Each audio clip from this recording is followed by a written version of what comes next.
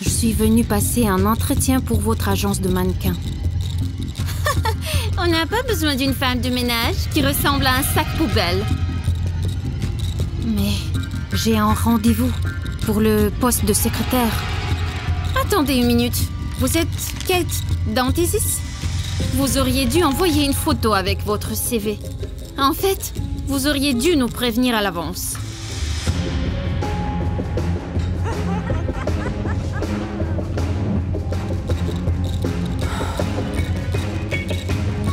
Vous avez un CV impressionnant, mademoiselle Dantesis. C'est même surprenant qu'une telle spécialiste postulerait pour un poste de secrétaire.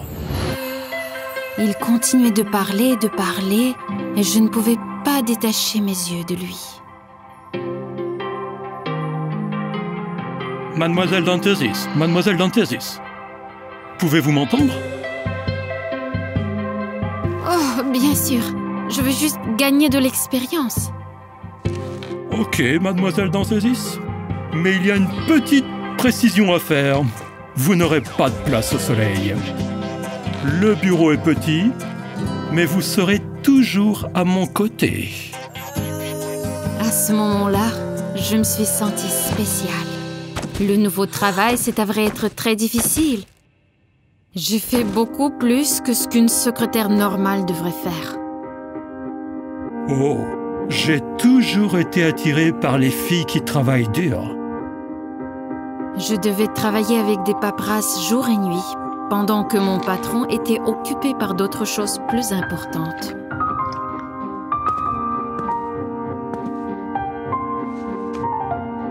Désolé, ma belle. Nous avons une conversation d'affaires ici. Je n'étais pas en colère contre lui. En fait, j'ai essayé de le justifier. Je pensais qu'il devait maintenir son image. Une fois, Monsieur Waiters est venu me voir avec une étrange demande. Kate, je t'apprécie beaucoup. Et maintenant, tu es la seule personne qui peut sauver notre entreprise. Que dois-je faire, Monsieur Waiters? Je signe juste ce document, Kate. Cela nous épargnera des sanctions fiscales. Et nous continuerons à développer notre agence ensemble. Toi et moi, le beau visage et le grand cerveau de cette entreprise. Soudain, le téléphone de Monsieur Waiters sonna.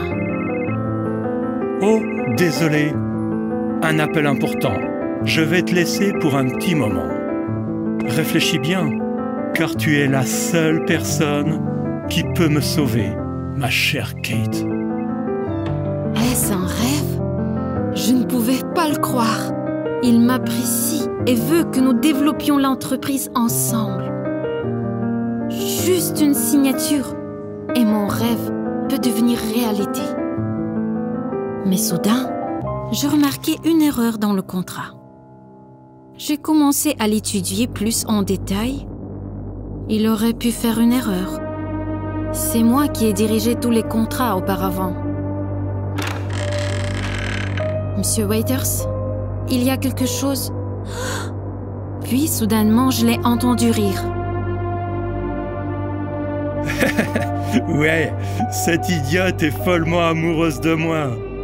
Elle signerait n'importe quoi pour moi, même cette absurdité. Bientôt, l'argent de l'agence sera dans notre poche. Et ce monstre sera derrière les barreaux. Toute ma vie, j'ai eu honte de mon apparence, comme si c'était ma faute si je suis née comme ça.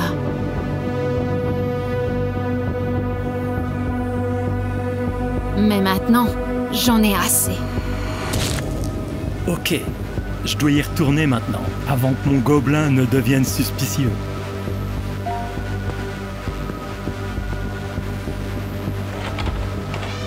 Alors, ma belle, as-tu fait ce que je t'ai demandé? Oui, Monsieur Waiters.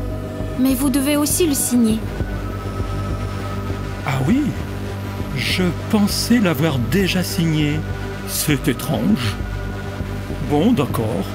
Tu le sais bien.